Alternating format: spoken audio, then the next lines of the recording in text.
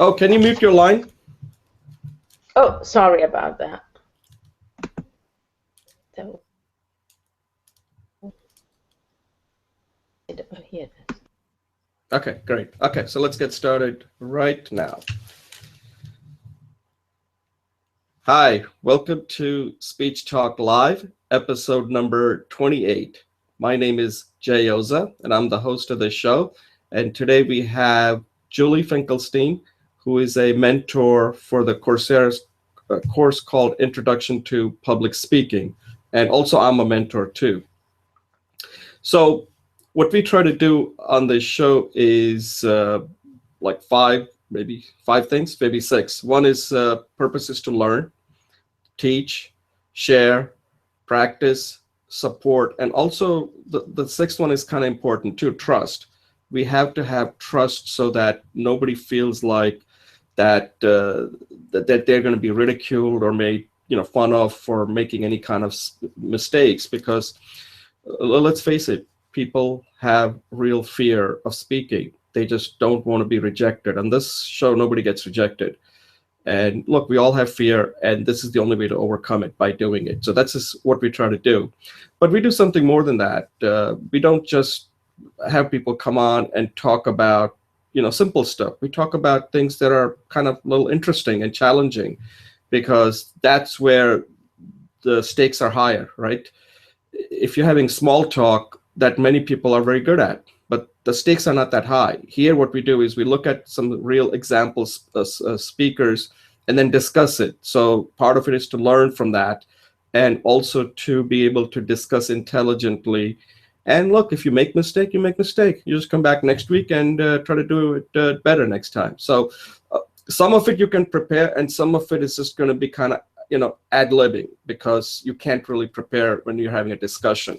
So I think this is a really good show. It has helped me a lot, and Julie can talk about how this show has helped her. And like I said, this is our 28th show, so we've gone through quite a few shows now where we have gotten more comfortable. In the beginning it was a little difficult, but now I think we're getting more comfortable doing this show, more comfortable in front of camera. So if you're watching this is how it works. In the beginning, you're going to be it may not be that good, you may not like it, but just keep doing it. And you may not take 28 shows. Maybe we're not that good. Maybe you can do it in the next 3-4 shows, but still, you got to do it. You got to create that body of work. So today we're going to focus on billionaires, and it's for us to understand how these billionaires think. And part of thinking is speaking. And we're going to look at 3 famous tech billionaires. Jeff Bezos, who's the founder of Amazon. Then we'll look at Elon Musk, who has founded several companies, Tesla, SpaceX, SolarCity, and he used to be one of the founders of PayPal. And then we'll look at Larry Page, who is the founder, along with Sergey Brin, of Google. So listening to billionaires, you can learn a lot. First of all, how they speak. And you'll see 3 different styles here. Two of them are in an interview form. Musk and Page are being interviewed by, Musk is interviewed by Chris Anderson, and Page is interviewed by Charlie Rose. Jeff Bezos gives a speech at a commencement at Princeton.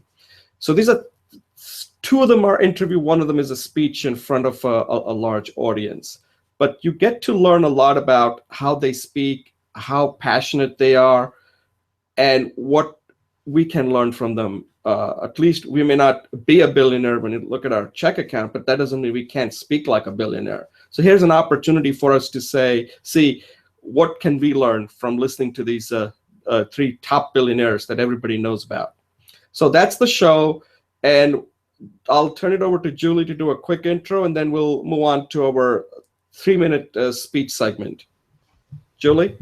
Hi, Jay. Good morning. Thank you, everybody. Thanks, Jay. My name is Julie, and I do 2 things. I'm a fellow mentor in the Coursera's public speaking, and with that, I have notes from the videotape. And then right now, I'm taking on Jay's 3 in 30 challenge, which he'll talk to you more about. I'm making commentaries on some of the videos and plugging some of the holes.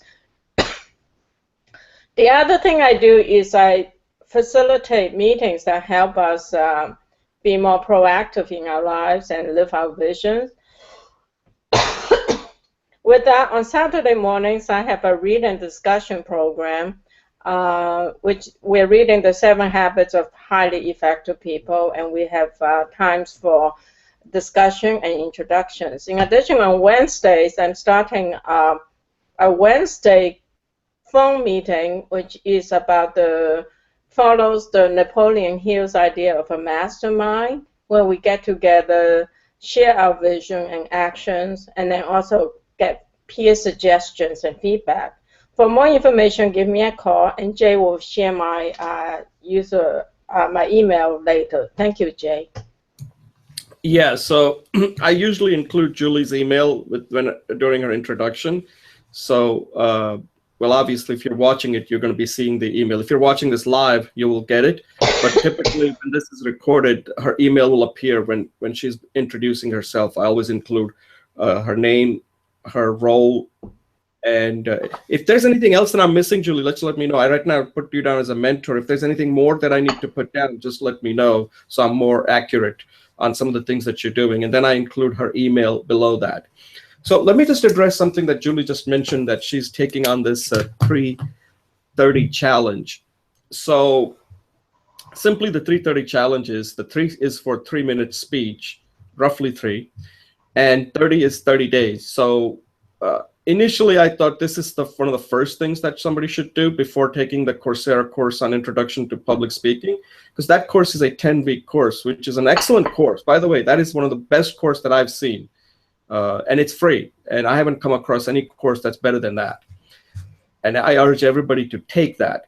But then Julie and I think was Atul suggested that a better way would be, if somebody's just kind of new at public speaking, 3:30 may be too difficult, and I agree. And so 3:30 is something you want to really do after you finish the course.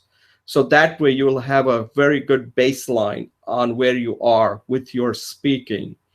And what it does is that if you record 30 straight speeches in 30 days, believe me, you're going to get comfortable after 30 speeches. I think you can start getting comfortable pretty much after 15, maybe even 10. But once it becomes a habit, then giving a speech and recording in front of a camera is going to be a breeze. And nowadays, cameras are pervasive. They're everywhere. They're you can get a camera. They're on your PC, and they're even on your smartphone. So recording a 3-minute speech is not that burdensome like it used to be in the past. Today, it's simple. The question is, are you going to spend the time doing it? And in the beginning, it may take about an hour. That's what it took me. But now I think after doing 30, it takes me probably less than 30 minutes, probably 30 minutes. So now I've done 3:30. Julie's currently, I think, Julie, you're on probably several speeches you've already done in the 3:30 challenge. I think maybe close to 10. So Julie's already like close to one-fourth done with her 3:30 challenge. But then I said to myself after I finished it, what do I do now? So I call it now 3:30 plus, because it never ends. So once you finish 3:30, it's a habit that should continue. Otherwise, your skills may start eroding. So once you finish 3:30, you don't have to do it every day, but you should at least do it at least once every other day. And I call that the 3:30 plus. So it's not a challenge at that point. It's something that you don't need a challenge since you already turned it into a habit. So at some point, Julie's going to finish her 3:30 challenge. Then I urge her to move into that next phase, which I think is an advanced phase, so that her skills do not start diminishing. They just get better. And that will be the 3:30 plus phase. So at this point, I'm going to move into our 3-minute speech segment. And I'll take a quick break, and then we'll start it, okay? Okay, welcome to Speech Talk Live, episode number 28. This is our 3-minute speech segment that we do before we get into the heart of our program, doing segments and evaluating speeches. So today, I am going to talk about something that I observed, and it kind of floored me because I was just not expecting it, and I learned a lot. And I attended my son's school, and they have this fall sports awards. So they had like lots of children, high school students, and parents. And when the soccer team was introduced, the coach goes and introduces all the players. You know, these were freshmen, these were sophomore, these were varsity letter winners, etc. And then it was over. And you know, just like all the different coaches come on and talk about how well they did, what was the highlights, what they plan to do next year, typical of what you would see. So that's pretty routine. And then another coach came, and then afterwards that same soccer coach came back again. And I was like, why is he coming back? What did he like? Why is he coming back? And evidently he forgot one name. And the name that he forgot, he was not a player, but he was somebody who was on the team in some sort of as an assistant role. I mean, he's a student, but this particular student has some physical disabilities that prevents him from growing. And evidently the coach felt really bad about that he left out this one key player.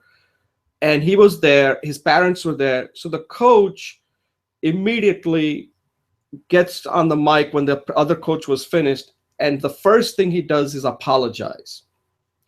Well, first thing he does is not apologize. First thing he said he made a mistake. Okay, so that's number one. The second thing, he apologizes to the student, the name that he forgot when he was acknowledging all the other students. He did not acknowledge him. He apologized to his parents because they were there. And this is a big event. This is an awards night, right? This is the fall sports award. And he was on the stage. He got his bow, but his name didn't get mentioned. Then he apologized to the audience. And then he made that student whole again, saying that he got that special recognition that other kids didn't get because he made a mistake. And I thought about that, you know, and I even went afterwards and told him, I said, listen, that was a very classy thing that you did, because you taught something to these kids more than they'll ever know, that when you do something wrong, you got to make it right away. You don't then think about like, okay, should I do it? What would I think? You did what was right. You made a mistake, and you didn't like, try to come up with excuses like, oh, I just forgot in this. You knew about it and you did it immediately, and let the consequence, whatever happens afterwards, let that happen. But your focus was on doing something right. And I said, I don't know if the kids learned that lesson, but this was one of the most important lessons that kids don't learn even when they get into their adulthood. They always look for excuses. If you do something wrong, there are three things you got to do. Admit you made a mistake. Second, apologize. And then how do you make that person whole again? And I said, I'm not sure whether the kids understood that, but that is one of the most important life lessons you just taught these kids that I hope they understood. And I said, you know, you should be proud of yourself. And I said, they're lucky to have you as a coach, but more as a teacher, because you just taught them.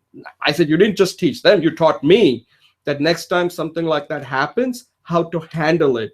And I said, I didn't come to this event expecting to learn anything. And now I felt like I just got a life lesson from something that I just observed. And I said, I want to thank you for that. And what I'm going to do next is I'm going to send a letter to the superintendent and the principal, letting them know that this was a very important lesson that was taught in real life situation that you just don't see anymore. And I was very impressed. So I just wanted to use that as part of my 3-minute speech segment. Julie?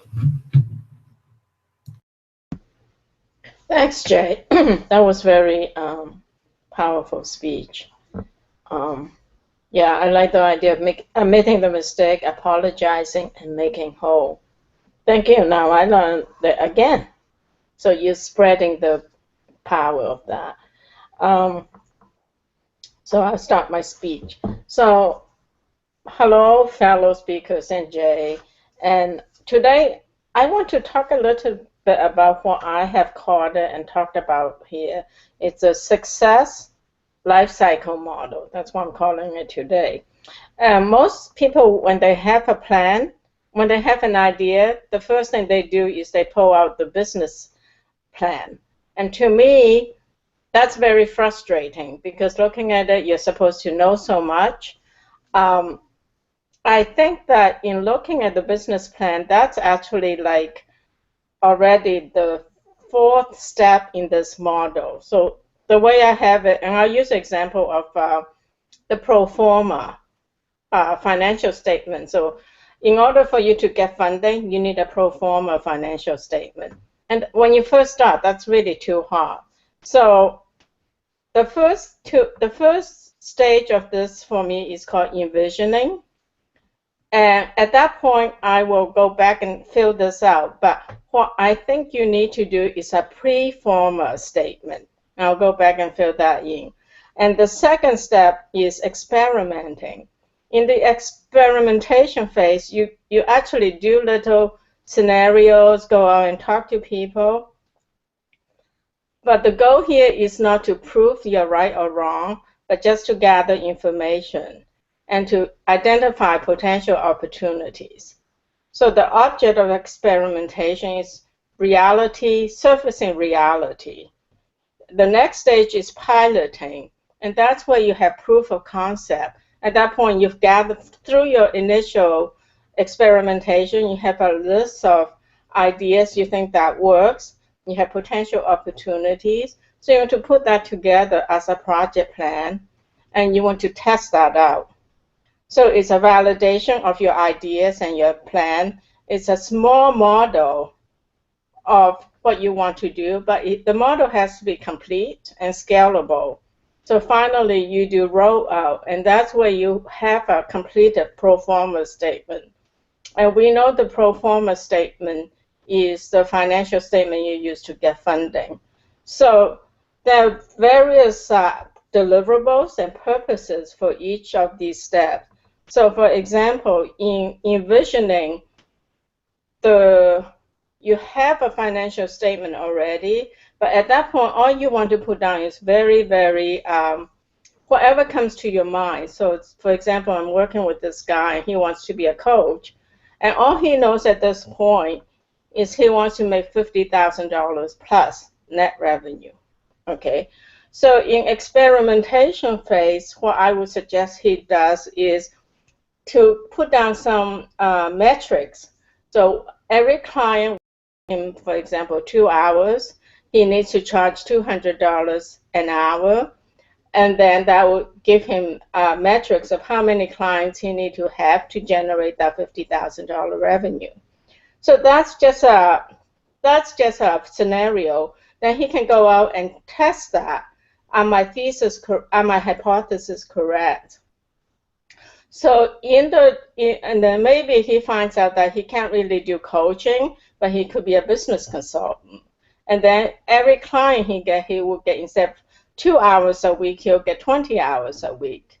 And so the idea is everything could shift here. As Jay would say, things could pivot at that point. But it's low cost because you don't have anything rolled out. And then in pilot, then you actually say, this is what I'm going to do, this is what I think works, and you prove that. So in this case, you have a completed pro forma statement with all the line items, but at this point, you're not sure if that's what you want to go out for fundraising. At this point, you want to talk to your coach, and you say, this is my pro forma statement. Will I be able to get the money I want? So that's the validation and the proof of concept. So you don't go to someone and someone look at your pro forma and say, this guy's not mature enough yet. So also the processes here, whatever you do, it has to be scalable to your full production.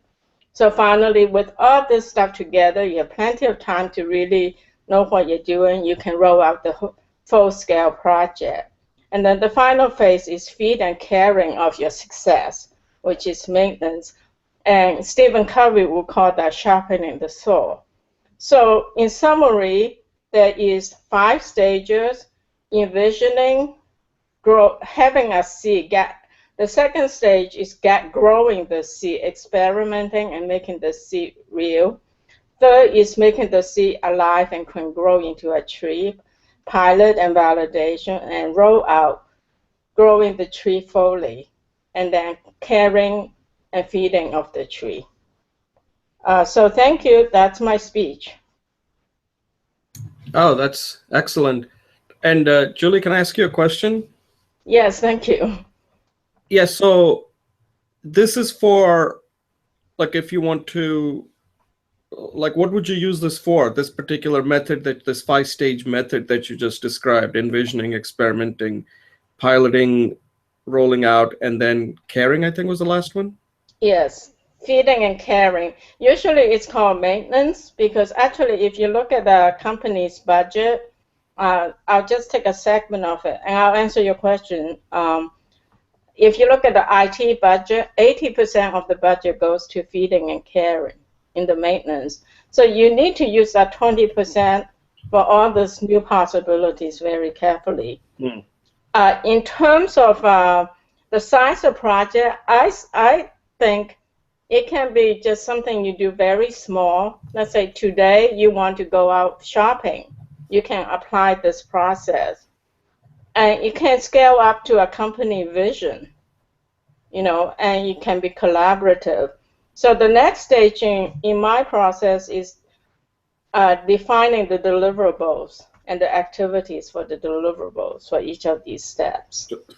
So this is like a project management phases.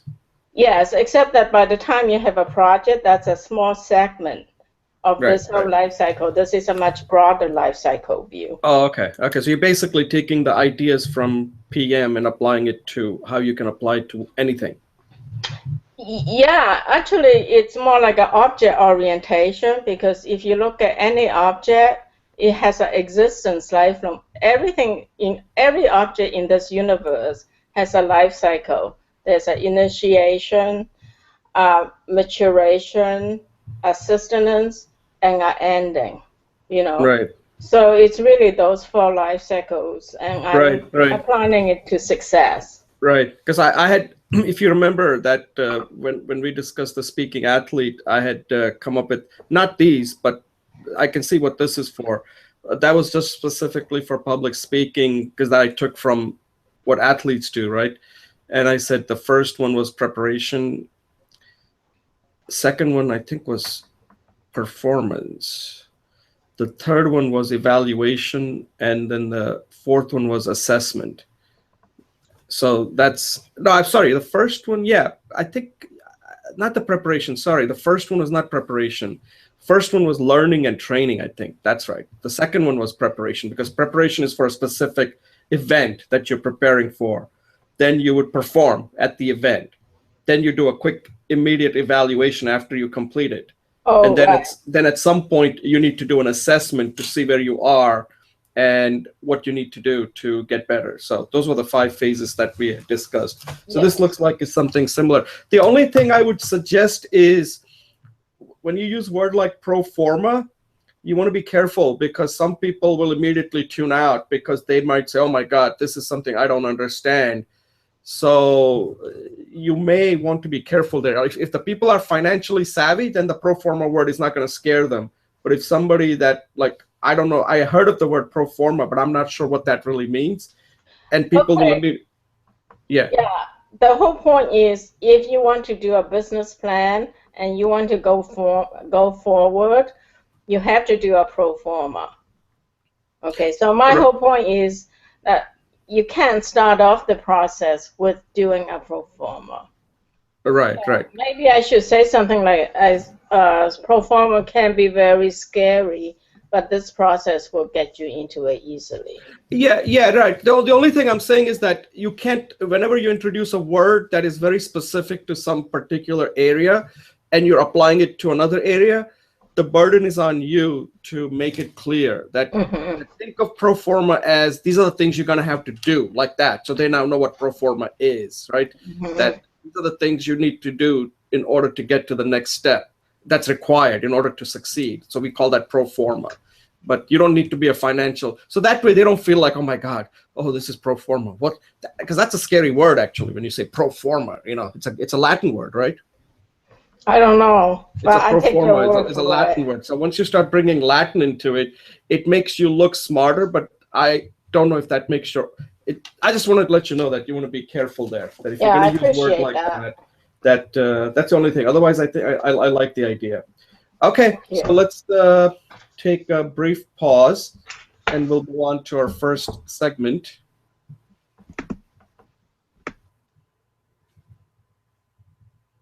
Okay.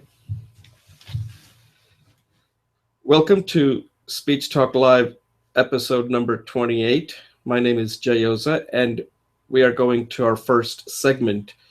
And in this particular segment, or the next two segments, all three segments, we're going to look at the billionaires, tech billionaires, Jeff Bezos, Elon Musk, and Larry Page when they appeared at the TED event. So these are all their TED Talks that I was able to find. And we're going to use them to see how a billionaire speaks, how he thinks, how he communicates, how he gets his message across. So we can, well, it's not going to make us a billionaire, but at least we know how to talk like one, at least, if we have to talk to some important people. So the first one we're looking at is Jeff Bezos. And the speech that I included is the one that he gives at a commencement address at Princeton University. And I think out of all the three speakers, this one was the best speech. And I think it's a little unfair because he's giving a speech. The other two, Musk and Page, were actually being interviewed. So this is a formal speech. The other two are more like an impromptu speeches. They're basically answering questions that's given to them by, in Musk's case, was Chris Anderson, who's the founder of TED, or he runs TED now. And the other one was by Charlie Rose. So let's focus on Jeff Bezos. Of course, Jeff Bezos is the founder of Amazon. And his net worth, I just looked at it, is something like close to 60 billion now. So this guy's pretty rich. Okay, there are a lot of zeros at the end of his bank account. And I like the way he gives the speech. He's trying to give some lessons to the students at Princeton University who are graduating. And the way he speaks is very deliberate. He's not rushing his speech in any way. And he starts off with this story when he was 10 years old. And he's with his grandparents, and he makes some clever remark about his grandmother smoking, and he figures this out in his head. And he was like so impressed, like, hey, grandma, that you're going to cut your life by so many years. And the grandma was like, oh my God, yes. And she started crying. And then he talks about how his grandfather pulls the car over and tells him that, gives him this advice, says, Jeff, it's harder to be kind than clever. And then he goes into the meat of his speech. So he starts the speech out with a story. And I just like the way he tells the story. He tells it in a way that you find like, wow, I want to know what happened here. And he's like telling like, oh, I thought I did something so clever. But then he gets this life lesson from his grandfather that in life, sometimes it's better to be kind than clever. And then he kind of switches that and provides a lesson to where the main part of his speech is between gifts and choices. So he was given this gift of being clever, but he made the wrong choice by not being kind. Kindness is like choice you make, right? And he's telling these students that they have tremendous gifts, otherwise they wouldn't have gotten into Princeton. But the question is, what are the choices you're going to make? And then he goes through his life and he talks about, Jeff Bezos graduated from Princeton University. I think he got a degree in computer science and electrical engineering, and he was a summa cum laude. So the guy was really smart. He went to one of the most prestigious universities, and he finished among the top students. and he went to Wall Street, and then he had to make a choice once after he got married. I think it was around, he said he was about close to 30 years old, whether he should go, and he saw the growth. Somehow he had access, and he saw that internet was growing at something like 2,300%, which is unheard of. And he said, there's got to be something that he can do to, when something is growing, that can add value to people. And he basically quit his job, and he started this company called Amazon to sell books over the internet. And of course, the rest is history. So the thing that I like about this, listening to him, so he's a billionaire, right? So what do we learn from his speaking style and then how he thinks? The speaking style with Jeff Bezos is that he's very clear. Everything he says in the speech, you understand. There's nothing in the speech that you say, well, I don't understand what he's saying here. He's very clear, very right to the point. There is nothing, there's no throwaway lines or anything. He uses nice dramatic effects to get his point across when he was young. All of these things, he's done it in a masterful way. And you can see that communication to him is very important. Even though he's reading the speech, but the effects is still there. He's not just reading it like a drone. He's putting in a lot of style. There's a lot of passion in that. And then the way he's speaking is like, you kids, you're listening to somebody that you can learn from. That's his, like, kind of his attitude here. And also the thing that I like about his speech is the way he uses pauses. He doesn't try to rush through anything. He's like, I have a message, and I'm going to get this message across to you in a way that you're going to remember it for the rest of your life. That's how I perceived that when I viewed the speech. The other thing is the mindset of a billionaire. And that's the part that always interests me, that I want to know what makes this person tick. And what makes Jeff Bezos tick is that he's a thinker. He's thinking about all these things. That's what I want to know. Like, how is he thinking?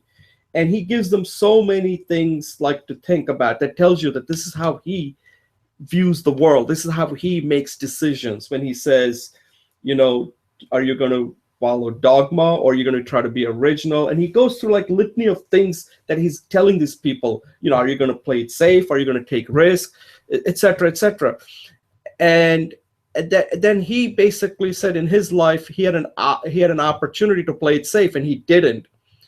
And said that you're going to run into that at some point in life you're going to have that opportunity where you can play it safe or you're going to take a risk. And I like the way he ends the speech, and he said, in the end, we are our choices. Build yourself a great story. And I mean, that is so perfect that it's similar to what Steve Jobs said in his commencement address, right? That you can't connect the dots. The dots, they connect afterwards. And he's saying is, make your choices. You know, you are what the choices you make. And then at the end, even if they don't work out, you're creating your own story. That's unique to you. And that's what life is all about. So I thought this was a very effective speech, and I would highly recommend people view it for a number of reasons. One is you get to see how a billionaire thinks and how he's able to take that thought and communicate it in a clear, concise, and an impactful way. And you kind of get to understand that that's the kind of mindset you need to be successful. So I thought I learned a lot from watching this speech. Julie? Thanks, Jay. Yeah, I think this is I really appreciate the theme for this talk and next week's. Considering we're at the end of the year and we're doing I am doing several Vision Quest activities. One of them is I'm meeting with 3 of my friends online, and we're doing a vision project, a Vision Quest. So what I think the most important for all 3 of them is that they think big, and they take risk, and they care. Bezos' speech was, I think, the most emotional, has the greatest of emotional tone, And I think that is because of he started off with such a personal story about, and he uses emotional words like adored, and it was such a joyful time for him. And I appreciate what you said too, that he started saying the dogma of being original, be safe or take risk, or be kind or be clever. Those are the three matrices of choices. And he went on to say he took risks. And also at the end, when you're 80 years old, you are your choices. I can relate to that because when my son graduated from college, he had this giant vision. He wanted to go to Shanghai and be a big business person. He did not succeed. He used up all the money we saved up for him for his launching pad. But I think like you said about Steve's job, we don't know where the dots are going to connect it. And then he decided he wanted to be a fashion designer, and then he wanted to be in the fashion business. And so he went through a lot of steps at the tender age of 29. And now he moved to New York, and he became in the finance sector, Morgan Stanley, and now he's working with REIT. So I think somehow, I think I did something right. He is definitely taking risks, and I appreciate the stories. It makes me feel like you're helping me to feel like a more peaceful mother, because I cannot connect the dots, and I have to have faith, and I'm glad he's taking risks. So very good speech. Thank you. Yeah, oh, that's a nice story. I think the part that I like about what he says, I think, is something that I try to make sure, because, we're Asian parents, we want our kids to do well, but sometimes it's not what we want, it's what they want, right? And sometimes you just have to give this type of an advice, because sometimes we limit our children's choices. I did not do that with my daughter. My daughter is currently working at a company called Mashable, and she could have gone into, I knew early on she was not cut out for medicine or engineering or even computer science. So I didn't even bother pushing her. I said, listen, whatever you want, but be the best in whatever you want. Go all out. If you pick something like, she went into communications, I said, if you want to go into communications and PR, then be the best in that. And then when she graduated this year, she kind of got a runaround trying to get a job in the PR. So I said at that point, you need to pivot and get something, and maybe something else will come up. I said, maybe you need to look at sales, maybe something else. And then she landed this job. She had 2 offers, and she took this one at Mashable, and she likes it there. So I said, sometimes you can come out of college thinking, I'm going to do this, but then it may not work out. When you go into real life and try to test it, you find out that that's not what you wanted, is not what you're going to get. And then at that point, you have to really make a decision. What do you do? And now she really likes it at this company. And in fact, she was telling me that she's just finished more than 3 months now, and she's pretty happy there. So I said, yeah, just keep doing it. You never know. Don't fall into this thing that I have to be this because I got my degree in this. Don't let the degree define, because I got my degree in electrical engineering, and I never got a single job where I actually ever had to work with circuitry or anything like that. I never did that. I was more interested in software. So that's a thing that we do have to remember, is that at the end, you have to, like, you worked for many years, Julie. So if you had to build a story, that's your story. That's unique to you. You can go right from your story coming from Hong Kong or from China and work your way up to starting several companies and now to the current state. And in fact, I did that recently, not my history of what I did, but I'm currently, as you know, writing a book. And one of the chapters that I just finished was my speaker's journey. And it kind of starts right from my schooling in India to the present. And I talk about like the highlights, the lowlights of all the different places where I really realized that I needed to improve at some point I didn't even know I had to improve because I didn't know any better. And then some of the embarrassment that I had to go through in order to realize that I had to really, so that became my story. So I can relate to what he's saying here. Build your own story. Build yourself a great story. And in my case, it is a true story that as far as my speaker's journey is concerned. And I like that advice that at the end, we are our choices. And some of those choices I made, some of the choices I stumbled into, but at the end, that is my story.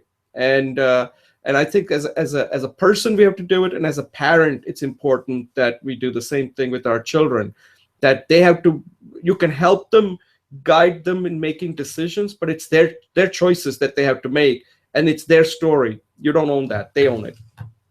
Any closing thoughts? Yes, thank you. Thank you. Very wise. I appreciate that. At this point, we'll move on to our next segment.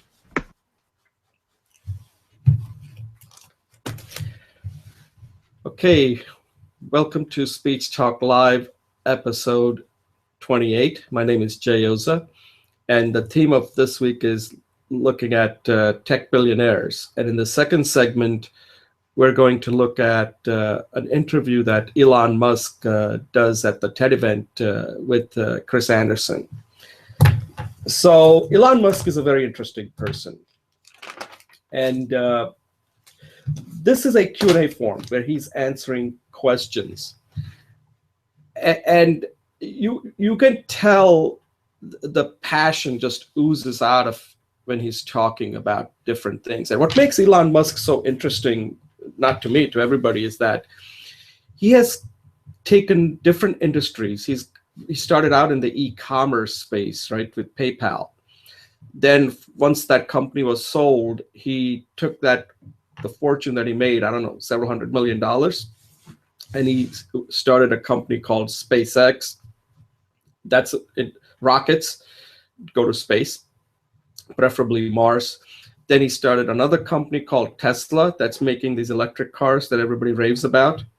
And then also he is built another company called Solar City to bring solar power. So there is a common theme when you look at Elon Musk, especially the three companies that he started after he sold PayPal. It has to do with reusability. Everything is about sustainability and reusability. There's that common theme there. And he's looking at it like, how do I make something that's already there, make it better, that nobody's even bothered to think about? So when it comes to Tesla, it's not just that he's building these great cars, that's there. But there's something else that really he's doing is, how do we save, it's an energy, it's like, how do we use energy more efficiently? And cars consume a lot of carbons, right? Hydrocarbons. I think it's very expensive. We use a lot of fuel. There's a lot of carbon that's emitted. And his main mission there is that, how do I reduce it? To reduce it, he needs to make these electric cars very popular. And he describes that right now it's unaffordable. They cost, I don't know, quite a bit, probably over 50,000. I don't know, maybe 100,000. That's the first phase. Then he says second phase, it'll come down to, and then at the third phase, then it becomes mass market, and that's what he's trying to get to. So he said when and the other thing I think he talks about here is how we use up. It's not just energy; it's also space. The world is going to keep getting crowded, especially cities. And if the cars can be electric, and especially if they could be driverless, then just imagine how much space we could eliminate, right? So he's thinking in a different way altogether. It's not that he's just, if you simplistically, you can say, yes, that he's building a car. But that's not, like Julie mentioned, this is a concept of thinking big. He's thinking much beyond that, right? He's already 2-3 layers above what ordinary people think. We all think like, oh, he's just building these fantastic cars, but he's doing much more than that. He's solving some of the biggest problem with the car. Car is just a vehicle, if I may use the pun, to solve some bigger problems that he wants to solve. That's his mission when it comes to Tesla, when it comes to Solar City, and when it comes to even SpaceX. SpaceX is launching rockets and exploring space, right? His goal there is always to think big, is to send people to Mars, to kind of not colonize it, but so that people can actually travel to Mars. And there you have to solve some big problems. The current way of doing it, there's a lot of, it's not reusable. The rockets cannot be reused. And he was explaining how much that costs. If you can reuse the rocket, then it's possible for you to go to Mars, and it's affordable. So he kind of combines many different things, but at the end, just like Jeff Bezos, how can a customer benefit from this, right? He's doing all these things, but at the end, if you can't do it, then what's the point of it? So like right now, many of us can't afford his cars, but at some point, that's what he wants, for us to be able to afford his car. And if everybody can afford it, then he can solve his bigger problem, right? Because if we're able to buy a Tesla, that means we're not driving a car that requires gas. So he wins that way, right? And everybody wins. So his point is not that he wins. He's going to do well no matter what. But he wants, as part of his legacy, he wants the whole, while he's here, he wants the planet to do well. So they think in a totally different way. That's why I like this speech. And here he has examples of like how he combines his vision, his knowledge, his talent, and his business acumen to realize his overall vision. So as far as his speaking is concerned, I think he could have been simpler at some point. At some point, I kind of got lost. I had to look at the transcript. So I'm not sure if I had heard it live, I would have picked up some of the things, because he just got a little too techie when he was explaining some of the percentage. When people start throwing out statistics and stuff, it's kind of hard to follow. With Jeff Bezos' speech, there were no statistics given. In fact, it was the statistics that got him into trouble in the first place when he started doing math. This speech, in some cases, when it was talking about Tesla, he got into like 60% is wasted and then 20% is wasted. I think that just goes to show like how much he knows about this topic and how much research that he has done in all of these different areas, such as cars, solar power, and also spaceships, rockets. So I was again, part of it was how he addresses these questions in a Q&A, like an impromptu, and he does it very well with like 1, 2 like that. He gets to the point right away. Second is you get to understand how he thinks and what makes him tick. And I thought we got that pretty clearly. And the guy who interviewed him did an excellent job, really challenged him to really get into his mindset. And I like what he said at the end on how he thinks counterintuitively, like physics, how science is so important in his thinking, not just analogy, just make it a little better. He wants to make it a lot better. That requires a different type of thinking. And when you are like Elon Musk, I like what he says at the end about negative feedback, that he values negative feedback because that means he solicits it, as he says it. I solicit negative feedback, not as a way of like, oh, how dare you shoot down my argument. So I learned that. So from a speaking point of view, that's something that we try to do on the show, where we will not give people any kind of feedback unless it's solicited. So if Julie asks me, Jay, what can I do better with my speech? Is there anything here that you see that I could have done better? And that's what you need in order to get better. If you're afraid to do that, then you're not going to get better. So part of fear is, do you want to get better? Fear of getting better. And what he wants to do is he wants to get better. He wants to make sure that his vision is right. He wants to get challenged, whether he's on the right track. And he wants to hear things that people are not sure of. And I think that was very valuable. Even if you take that one simple advice, I think you can do so much better. Julie? Thanks, Jay.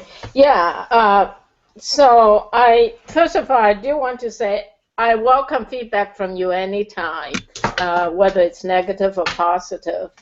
And I would prefer to be constructive, but it doesn't have to be now that I've seen the speech. So first of all, I agree with you that the speech was very interesting.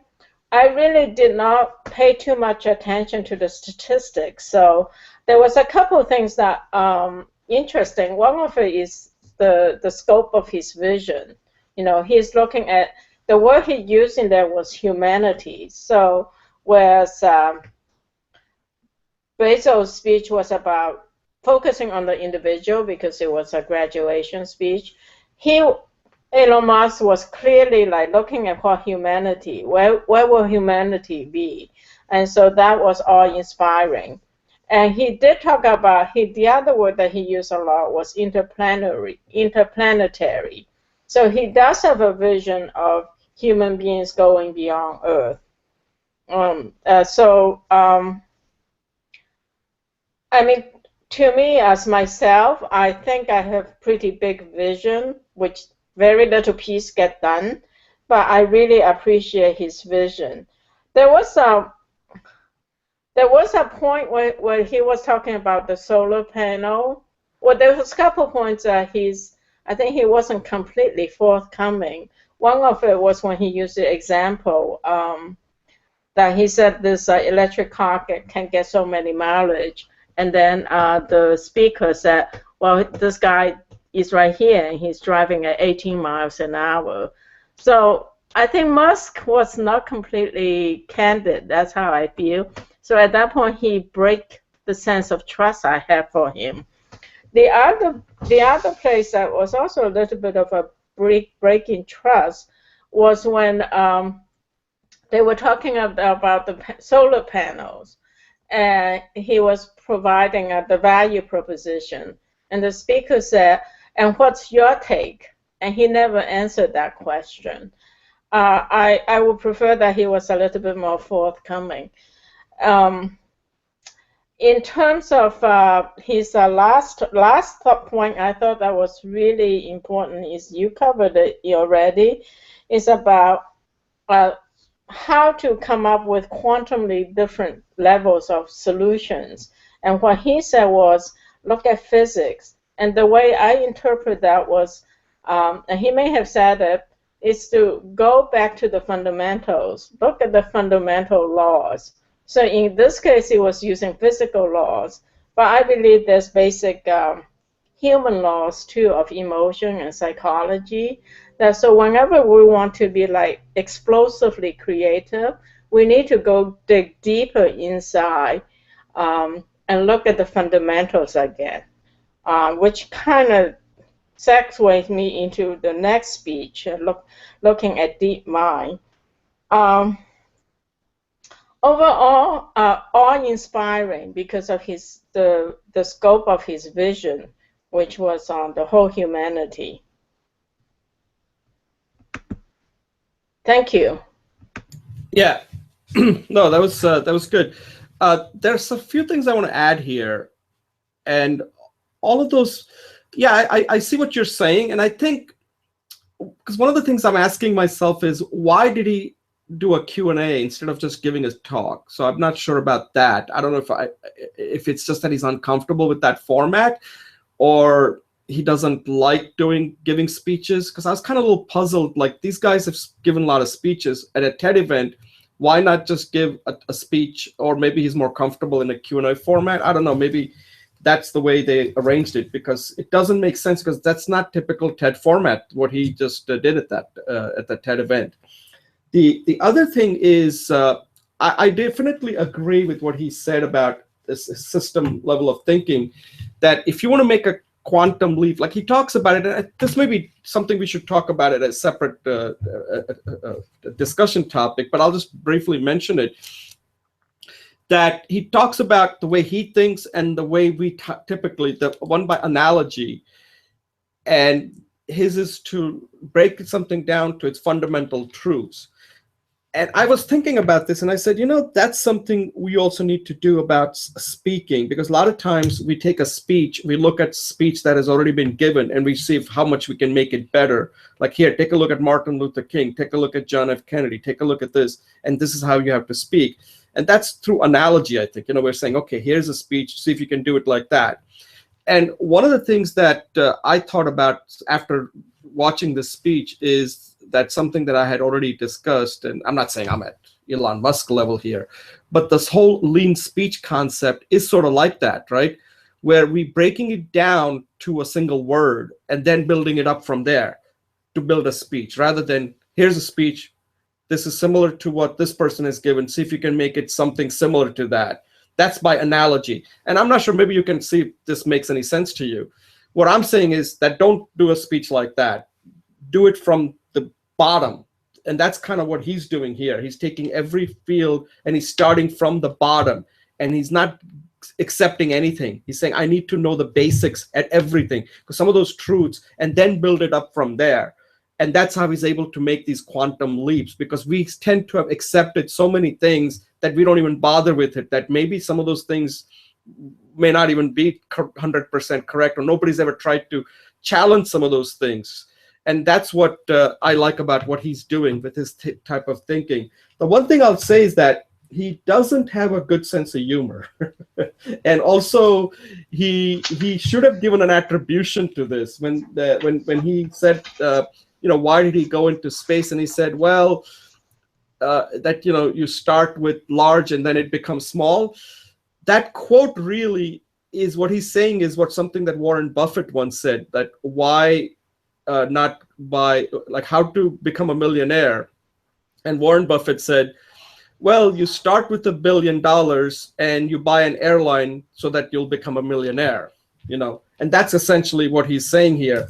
But it would have been good if he had given that attribution to say that, I'd like to take some of what Warren Buffett said about starting an airline, that, start with $1 billion. So that's what I'm trying to prove here, that if I'm trying to become a millionaire, he could have been more funny that way. But as you can see, that's not his thing. So, you can't fault him on that.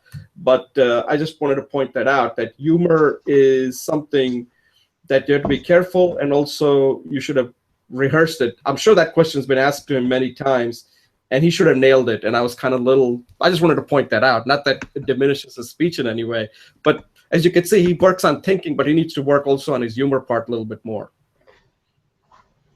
Julie, any closing thoughts?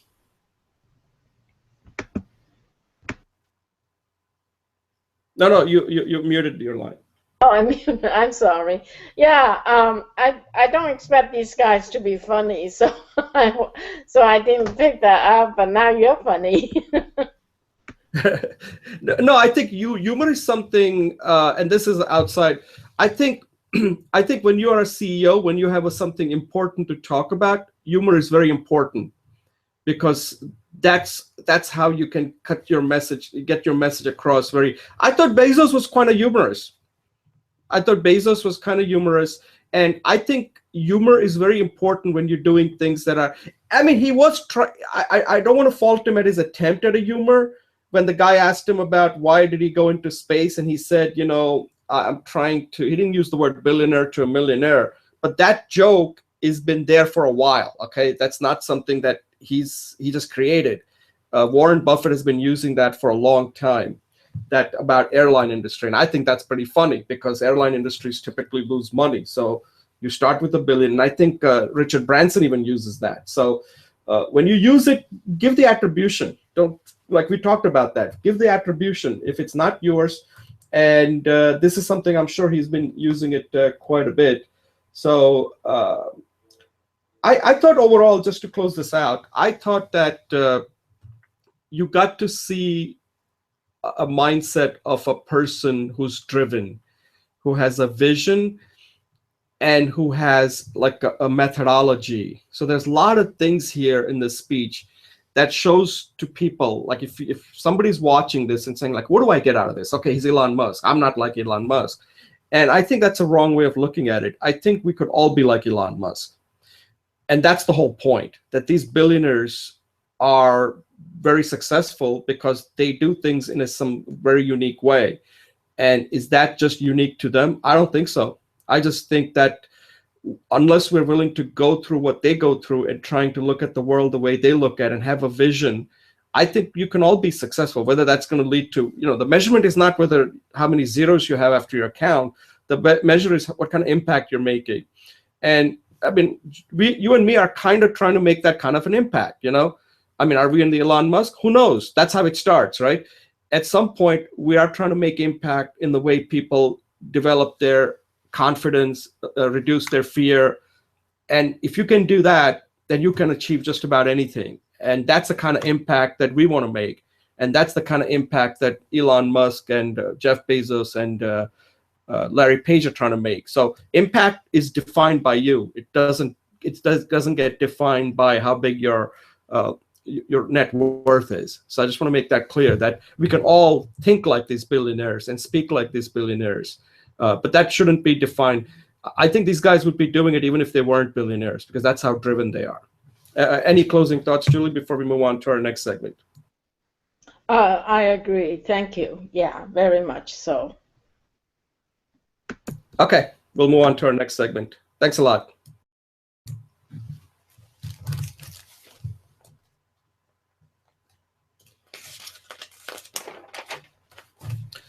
Okay, welcome to Speech Talk Live, episode 28. My name is Jay Oza, and we're going to move to segment number 3. And this week's theme is looking at the TED Talks of some of the famous tech billionaires. We've looked at Jeff Bezos, we looked at Elon Musk. In this particular segment, we're going to look at Larry Page, who is a founder of Google with Sergey Brin. And in this particular talk, he's being interviewed by this famous journalist named Charlie Rose. So obviously, Larry Page is a pretty wealthy guy, probably worth more than $50 billion. And again, evidently he suffers from some kind of, he had some kind of vocal cord surgery or something. So his voice is kind of hoarse. And in a way, it kind of works in this, because it makes him, I don't know whether this is the way he is, but probably he is, but just the voice alone makes him really connect, because he can't speak loud because he had to get some kind of surgery, I believe. But it makes you want to listen to him, because this guy, he's very successful, and his demeanor is very low key. He's not trying to, he's basically saying, look, this is what I do. I want to, again, his vision is on how, one of the mission for Google was to organize the world's information and make it universally accessible and useful. So they've had this vision from the beginning, and they've kind of stuck to it. But they haven't stopped there. And that's what really fascinates me about these billionaires, that when you're not a billionaire, you always tend to say oh, why are you working so hard? You already made your money. You should just rest now. You can just do so many other things. And that's not how they think. For them, that's not what they're all about. They're all about trying to challenge themselves. The money is there, so that means they don't have to worry about that one aspect of it. But that means that because that part is removed, it gives them more of an opportunity to focus on things that really impacts lives. And that's how they use their money. So they're not looking at it saying, oh, today, let's see, I made $10 billion. So yesterday I lost $10 billion. That's not how they view the world. Because like I said, how much money do you need? They got more money than God probably at this point. But the problems are still massive. And as he's talking about something that looked kind of simple, that's so difficult for machines, is recognizing people, how machines play games. And you can see the passion, like when you watch it, you think wow, machines are having all this difficulty doing things that we take it for granted, like playing video games. And he's so into it. This is, look at the progress we're making, even though it doesn't look big, but this is the future. And some of it is somewhat scary too, because machines are going to play more and more important role. And Google is at the forefront of it. In some ways, it's going to be very helpful. In some ways, we don't know what it's going to do as far as employment and all that is concerned. And those are some of the challenges that many of these billionaires also have to think about that, yes, these advances are good. I think they're driven that they're not even looking at it, some of the negative aspects of advancement and how does that work? Like, how do we, when you leave people behind? But he's not focused, he's looking at what are the benefits. And in one little a video that he shows about this man in Africa, how he was able to get information from Google and make his life better, and then how they're able to bring internet access using balloons. So what he's trying to do is that let information get to people and let them determine what happens to. He's not worrying about the consequences. That if you make information available, people will use it for good. And at the end, good will overcome potential bad that's out there that we see with some of the things that are going on in the world with terrorism and all that. But these guys are just focusing on the good of technology, but they don't seem to really focus on some of the negative aspect of technology either. And I'm not sure that they may care, but I'm not sure that that's what they really focus on, because their focus is on how to take the technology to the next level and improve people's lives, according to them. So I think from a speech perspective, I think he connected because of the way he just talks and the passion that he shows, that there's so many massive problems that still need to be solved. And with technology, with him, technology is the way to solve it, right? And again, you want to understand the mindset of these billionaires, what makes them think. And we looked at Elon Musk, what makes him think, that whole system level of thinking, getting down to the fundamental truths, and then make this quantum leap. Here, Larry Page talks about invention and then innovation, and then how does that make people's life better. So he's kind of combining, like, you take it from invention to innovation, but then it has to scale. So in a way, it's kind of similar to all these three guys are scaling. Whatever they've developed, Jeff Bezos, scale, with his e-commerce site, Amazon.com, or his cloud computing site, AWS. Same thing with Elon Musk is trying to do. Everything has to scale, because if it doesn't come down to each of us benefiting, then that's not what they're looking for. At the end, it has to benefit each of us individually. So I like what he had to say here, and I like the way he says it. And I thought he did a good job, very good job. Julie, what do you think? Yeah, thanks, Jay. So you mentioned this, that Larry Page was sharing his mission, and I thought that was a pretty amazing vision. Organize the world information, make it accessible and useful. And I agree with you that he's very passionate, and the speech became very personal when he talked about his own problem with his voice, and that he talked to his partner Sergey, and even with his problems, he came out in public. I would imagine he's much more of a private person. In looking at this, in his vision, I think he really was very brave in his in the way he made a decision to China. It was because of his stance of being public that China banned Google altogether. I don't know what the issue is, but when he talked about search and privacy, the amount of data, he says that his path is to make the information available, and then people has to make the choice. And he talks about the baby and the bathwater. And the deep mind, he talks about the deep mind and showing its capacities for intelligence. And he mentioned that the developer is both a cybernetic expert, a computer science expert, and a neuroscientist. I have deep concerns about the direction of the computers, because of the human beings are not wise.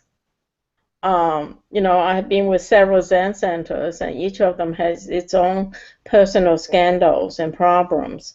And it concerns me when he talks about the deep mind, that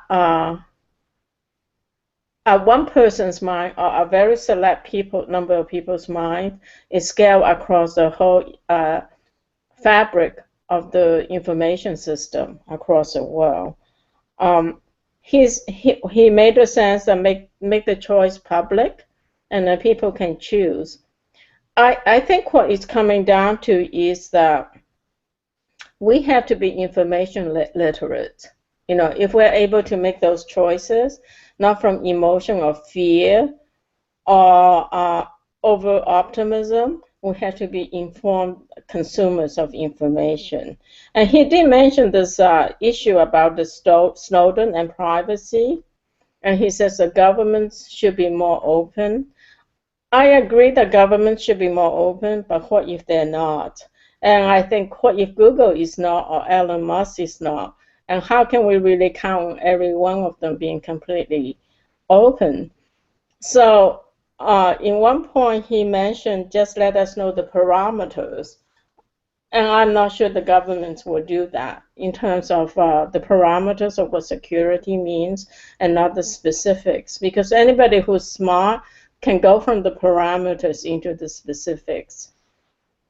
So Larry Page's presentation as a presentation was very deep and cogent, but for me, it raises a lot of issues, just in terms of his positioning, his invention, which is information, if it's accessible, it's useful. Don't throw the baby out with the bathwater, and let the people choose. You know, there's a lot of underlying things. How can people choose if they're not on the same page, if they're not equally informed or knowledgeable? It makes me sound like a Luddite, but there's a lot of issues to be addressed. Yeah, I think that's the whole point of this talk, is to get us to start thinking about some of these some of these issues. And I think one of the things he says about is that Google is quite wealthy, right? I mean, he's worth probably over $50 billion, and then people at Google are very, very wealthy. But Google makes up a very tiny percentage of a company. And when you start seeing that there are so many of these companies like Google, Apple, Facebook, and all of them are so dominating that you start to wonder that a lot of the people are simply going to fall behind. And there's just no way they can ever catch up, because the world is moving so fast that if you miss the boat, there isn't another boat coming that you can get on that quickly. And one of the things I always see, all these companies like even Mark Zuckerberg and Bill Gates, and they all want to be in the field of education. But I think they need to understand that education is one of those things we need to be. It's not like education early, it's education all the time now, right? And that's something that we're doing. We're educating ourselves. Like, I don't know how many people are doing this type of analysis that you and I are doing right now with what just Larry Page said in this speech. What this means is that the way, and this is kind of outside the scope, but it's kind of tied to the technology, that we need to kind of constantly improve our skill set.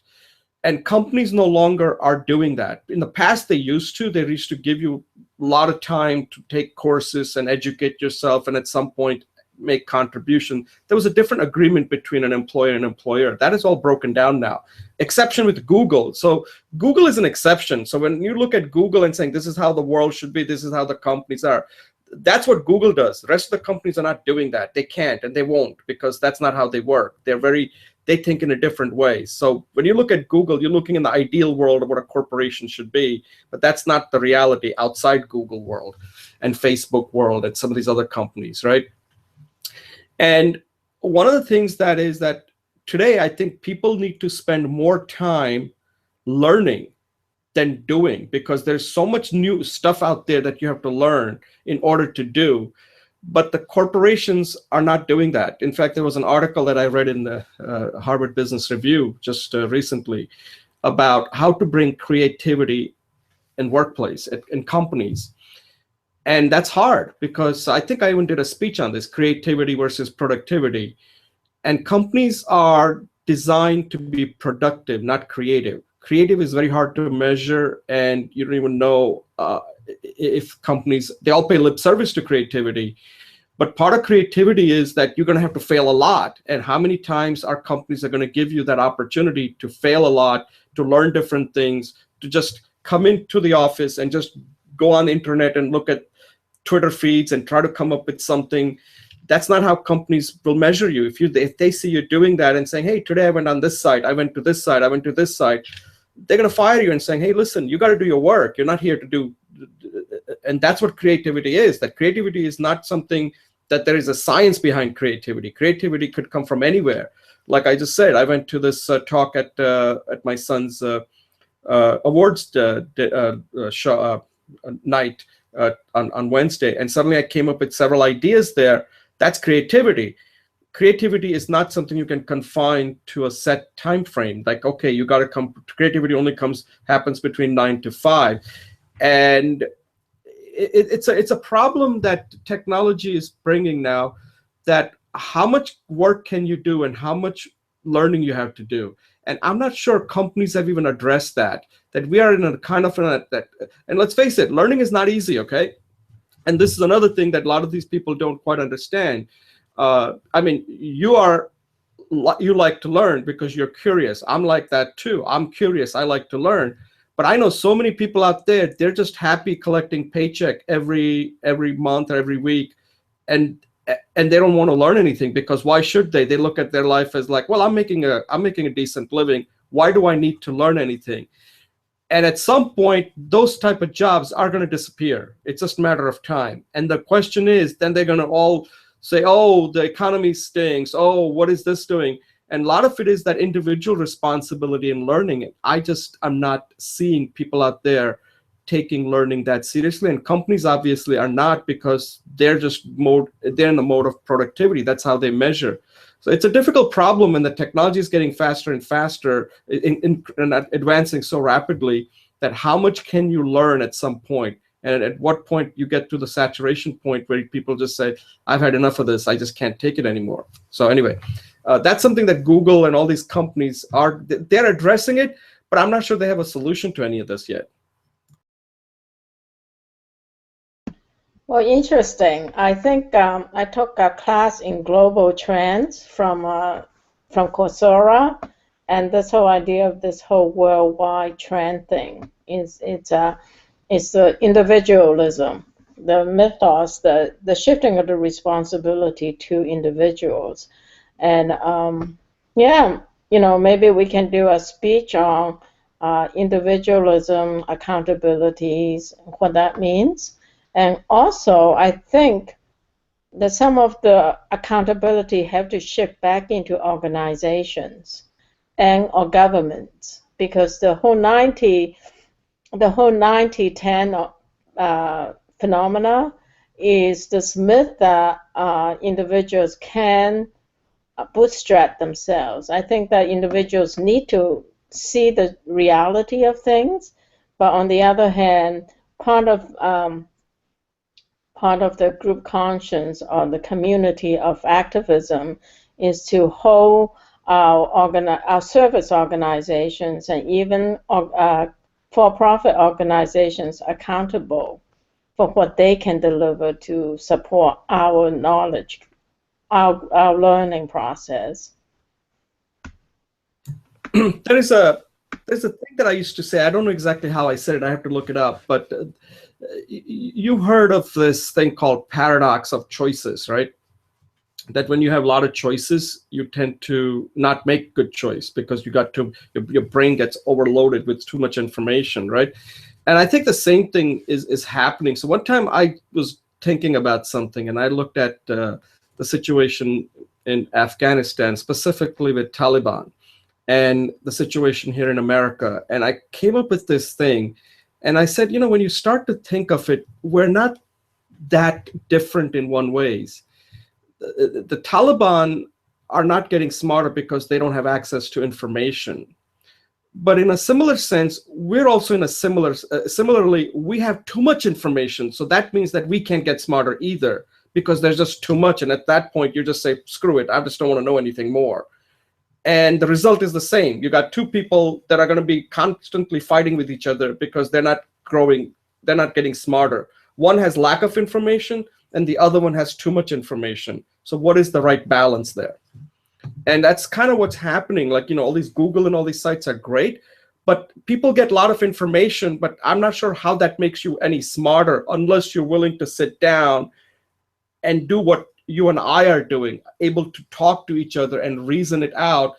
Let's face it, we can't even get more than one person on this show. And this is the kind of thinking that you need in order to grow, intellectually, spiritually, and all that. And people just have too much information that they just can't grow anymore. I just wanted to get your thought on that, because there's some spiritual aspect to that too.